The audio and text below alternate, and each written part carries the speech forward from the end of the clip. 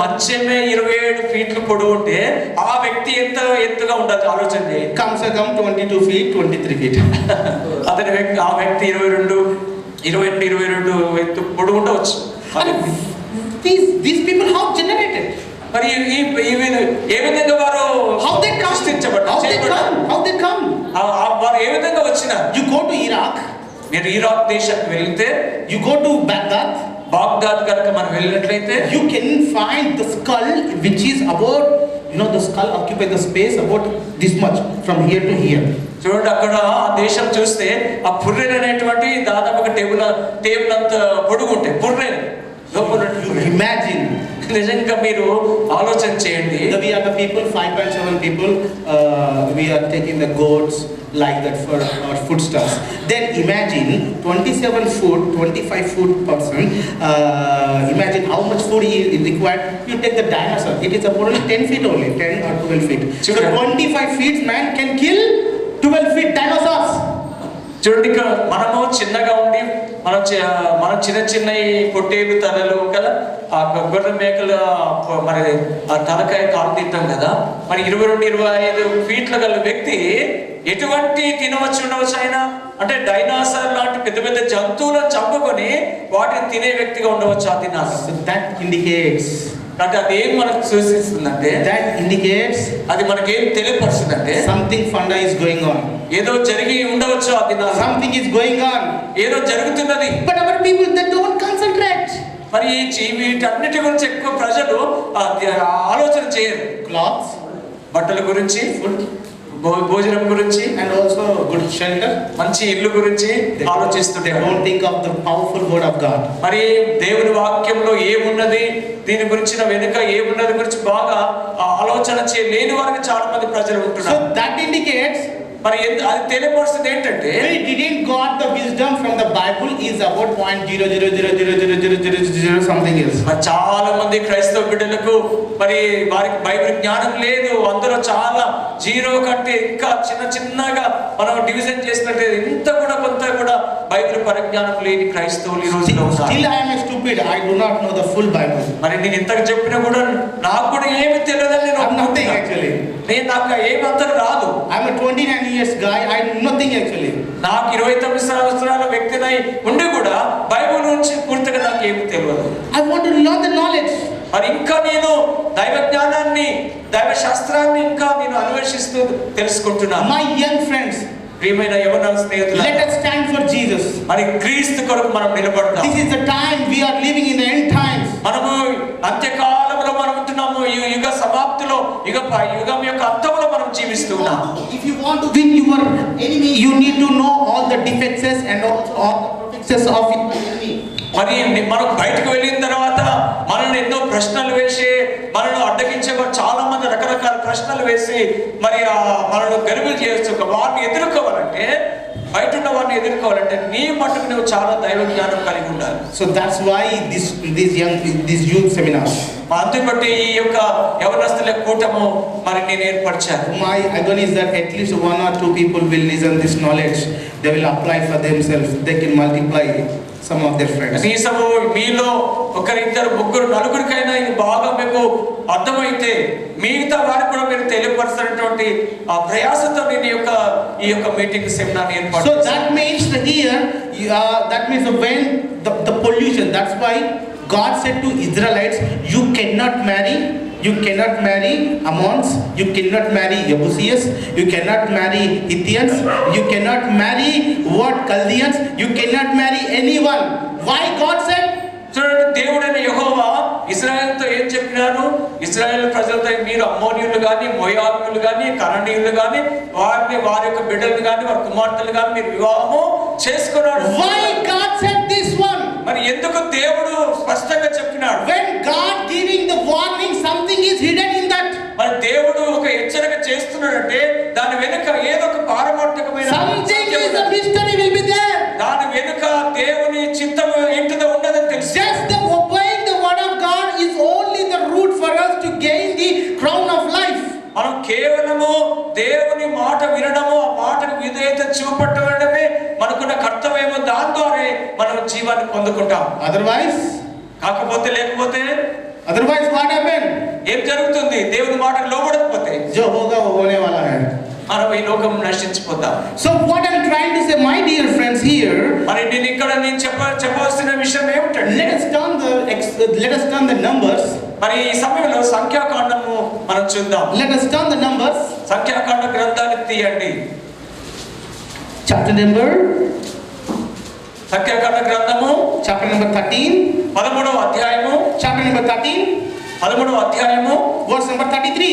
33వ వచనం. సంఖ్యాకాండము Chapter number 13. Verse number 33. మరి 13వ అధ్యాయం 33వ వచనం. Nephilius, the same word you can see in Genesis chapter number 6, verse number 2. చూడండి, ఆదికాండంలో మనం చూస్తున్నాము, మిగతా దాని సంఖ్యాకాండంలో కూడా అక్కడ ఏం రాయబడింది? నెఫీలీయులు అనే మనం పదం చూస్తున్నాం. Come on, read. నెఫీలీయుల సంబంధులైన అనాకు వంశపు నెఫీలీయులను చూచితిమి. Yes. మా దృష్టికి మేము మిడతల వలె ఉంటిమి. They said that Moses he sent the 12 agents from each one of the tribes of the Israelites, from the 12 tribes, go and check out what sort of land, whether it's the fertile land, whether it's the barren land, whether what could be the geographical amendments of the particular nation that God has promised to the Abraham, Isaac, Jacob. About that, he sent them. చూడండి, ఇక్కడ మనం మోషే వాగ్దాన దేశాన్ని చూడడానికి ఇశ్రాయేలు ఆ దేశంలో ప్రవేశించక ముందే 12 మందిని పంపించారు కదా. ఆ దేశం ఎట్లా ఉంటుంది, అక్కడ ఉన్న పరిస్థితులు ఎట్లా ఉన్నాయి, అక్కడ ఎటువంటి మరి అనుకూలత ఉన్నవి మీరు వేగు చూచి రమ్మని మోషే గారు ఆ 12 మందిని పంపించారు. 10 people has given the wrong information. చూడండి, 12 మందిలో 10 మంది వచ్చి మోషే దగ్గరకు వచ్చి తప్పుడు, oh Moses, you want to kill us, you want to construct the tombs here. మరి చూడండి, మోషే మీద బాగా కోపగించి ఏమన్నా అంటే, అయ్యో మోషే వాళ్ళు ఎంత భయంకరమైనటువంటి వారు, అక్కడ మాకు సమాధులను కట్టడానికి వెళ్తారు. But the two men came bravely. Moses, we would occupy the total place and whatever they inherited. చూడండి, 12 మందిలో 2 మాత్రమే వచ్చి మోషేతో చెప్తున్నారు, మోషే మనం తప్పకుండా ఆ దేశాన్ని They are just like the grasshoppers before the Anakis people. మనము అక్కడ చూస్తే 10 మంది ఒక చెడ్డ సమాచారం ఇచ్చారు, అయ్యా వారి దృష్టిలో మిడతల వల్ల మనం ఉన్నాము, వారు చాలా పొడుగ్గా ఉన్నారు అని 10 మంది ఇస్తే 2 మాత్రం అయితే వారు తప్పకుండా వారిని మనం జయిస్తాము, స్వాధీనపరచుకోవాలి. Israelites about 6 feet people and Anakis about 25 feet and also 20 feet people, so that they can seem themselves that just like a grasshoppers before them. We would die, we don't want to go there, but God promised to them, you will inherit. So then what happened? When they entered to the battlefield, the angels of the God helped them to kill the big giant people. చూడండి, ఇక్కడ మనం చాలా గొప్ప విషయం ఏంటంటే, ఇశ్రాయేలీయులు నిజంగా చూస్తే 6 ఫీట్లు సామాన్యంగా ఉన్నారు, కానీ వారు వెళ్ళి వేగు చూసిన దేశంలో మనుషులు ఎట్లా ఉన్నారంటే దాదాపు 25 ఫీట్లు పొడుగున్నటువంటి వ్యక్తులు ఉన్నారు. కాబట్టి మిగతా 10 మంది వచ్చి ఏమనంటే, అయ్యా వారు చాలా పొడుగ్గా ఉన్నారు, భయంకరంగా కనబడుతున్నారు, మనం వారిని జయించలేమని చెప్పారు. కానీ ఆ మిగతా 2 ఇచ్చినటువంటి సమాచారం మేరకు తప్పకుండా మనము వారిని స్వాధీనపరచుకుంటాం. ఎందుకంటే ఇశ్రాయేలు దేవుడైన యెహోవా దూతలు, మరి దేవదూతలు మనకు సహాయం చేస్తారు, యుద్ధం చేసి మనం వారిని ఓడగొట్టి నిశ్చయముగా దేశాన్ని మనము స్వాధీనపరచుకుంటామని మోషేతో చెప్పారు. That's why God said to Israelites, don't marry Gentiles, because Gentiles they have Anakis DNAs. చూడండి, అందుకే దేవుడైనటువంటి యెహోవా చెప్పినాడు, ఇశ్రాయేలుతో మీరు అనాకీయులు గాని ఇంకా వేరే జాతులను వివాహం చేసుకోకూడదని For చెప్పారు. example, God want to bring Jesus Christ from the David house. ఒకవేళ దేవుని చిత్త ప్రకారముగా యేసు ప్రభువును మరి పంపించడానికి దేవుడు దావీదు వంశాన్ని ఏర్పరచుకున్నాడు. Jesus Christ belongs to David house. మరి యేసుక్రీస్తు దావీదు కుమారుడుగా పిలువబడ్డాడు. So if the Israelites married all these Gentiles, their genetic information totally polluted, then if Jesus Christ come out that how he would be a holy one, చూడండి, ఒకవేళ మరి ఇశ్రాయేలీయులు కనుక అన్య జాతులను పెళ్లి చేసుకున్నట్లయితే మరి రక్షకుడు మరి వాళ్ళ నుండి రాలేడు కదా. అంతా కూడా ఆ యొక్క మరి ఈ యొక్క మరి అన్ని కూడా కలుషితం అయిపోయి అన్ని కూడా మరి అన్ని రకాలుగా చేంజ్ అయ్యే పరిస్థితి ఉండేది. That's why once again God breathed like this. Oof, second time. మరి అందుకే దేవుడు రెండోసారి మరి ఆదాములో మరి దేవుడు మరి తన జీవాత్మను ఊదాడు. In Saint Mary womb, God once again breathed His Holy Spirit. Oof. మరి దేవుడు మరల మనం చూస్తున్నాము తన జీవాత్మను మరి ఊదినట్టుగా మనం చూస్తున్నాం. First God particle failed.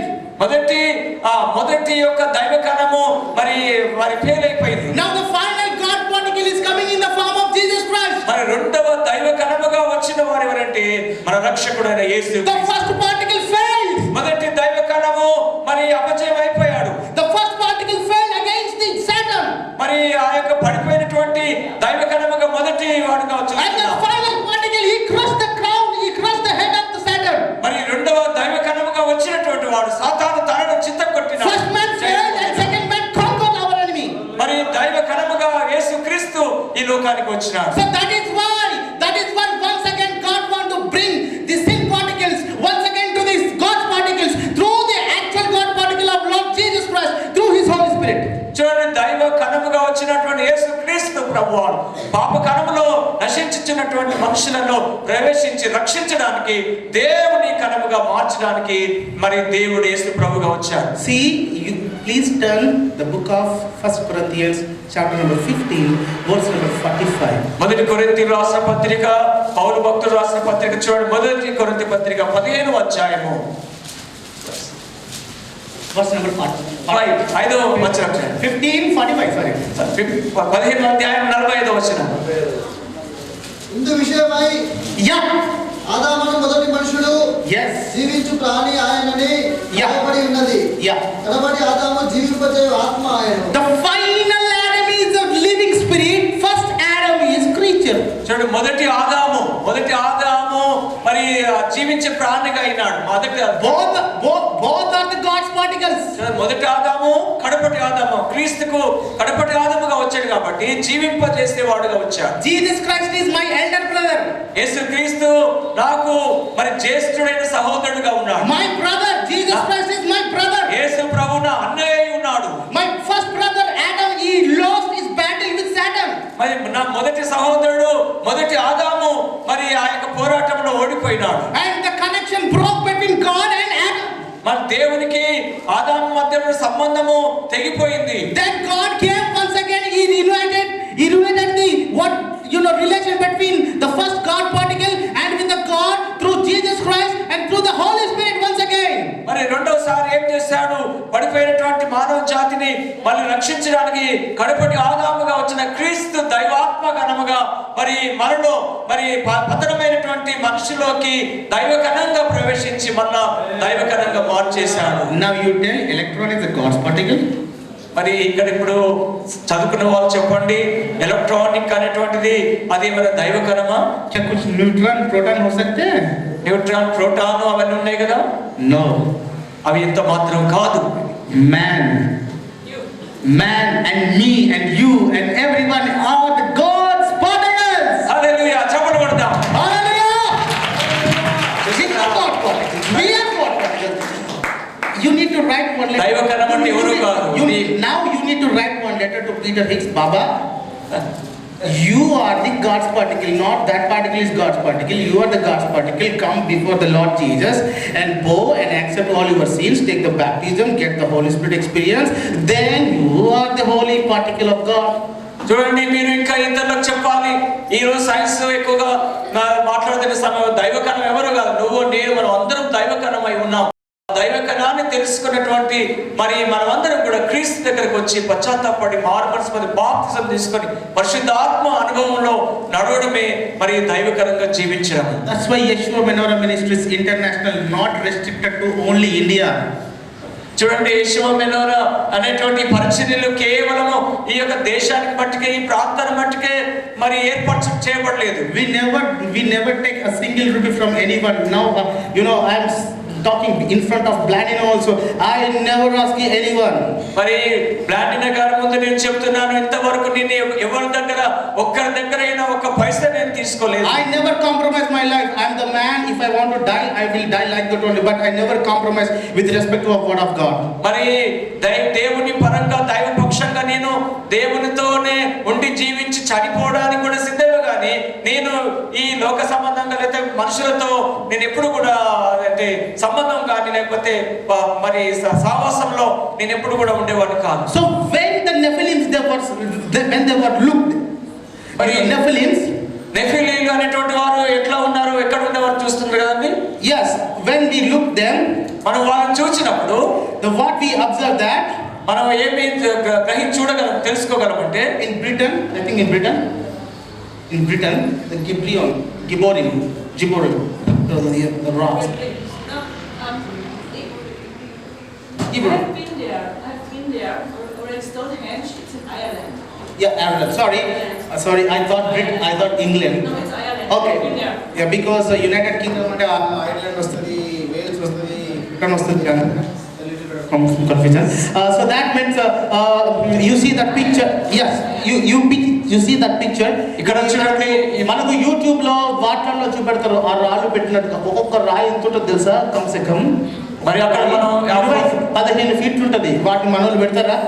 చూడండి, మనం అక్కడ స్క్రీన్ మీద చూస్తున్నటువంటి ఫొటోస్ లో పెద్ద పెద్ద రాళ్ళు కనబడుతున్నాయి. ఇవి DNA ఫింగర్ ప్రింటింగ్స్ అవన్నీ అంతకుముందు ఇలా జరిగిందని చాలా అటువంటి పరిస్థితి.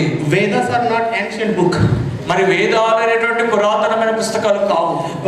Quran is not ancient book. మరి ఖురాన్ కూడా మరి పురాతనమైనటువంటి పుస్తకం కావు. Torah is the oldest ancient book. Moses written